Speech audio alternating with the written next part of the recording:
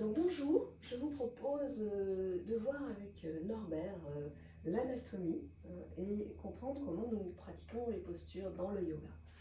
Donc sur l'articulation du genou, vous avez deux os qui sont mis en œuvre. Il y a le tibia sur la jambe et le fémur plus haut. Entre les deux, vous avez la rotule, petit os rond ici, et de l'autre côté, on a le péroné, mais qui n'est pas vraiment mis en œuvre dans le genou. Donc entre les deux, il y a du cartilage, des condyles, qui sont sur la boule osseuse du fémur et qui va être situé entre le tibia et le fémur.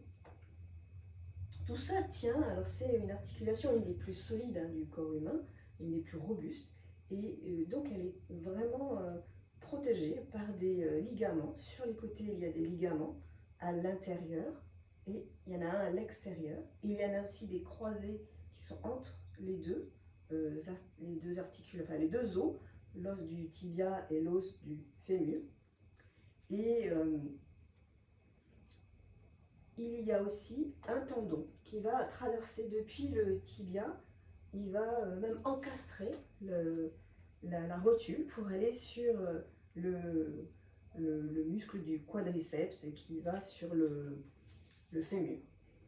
Donc l'articulation, en fait, ne fonctionne que dans un sens, c'est-à-dire qu'on peut fléchir, mais on ne peut pas tourner, par exemple, en rotation le genou, sauf, les ligaments sont là pour protéger, pour que ça n'arrive pas, surtout le ligament externe, les ligaments croisés, et si ça arrivait malgré tout, ça endommagerait le cartilage qui est au centre. Alors, si on fléchit, donc on ne peut fléchir que dans un sens, parce que ça tourne autour d'un certain axe qui induit que ça ne peut aller que dans un sens. Et si on fléchit complètement, on n'ira pas avec le talon, comme je montre, au fessier. Lui, il est un petit peu désarticulé, parce qu'il a beaucoup d'espace entre les os, mais s'il a été vraiment serré dans ses ligaments, le pied arrive ici. Et il ne peut pas aller ici sans forcer le genou.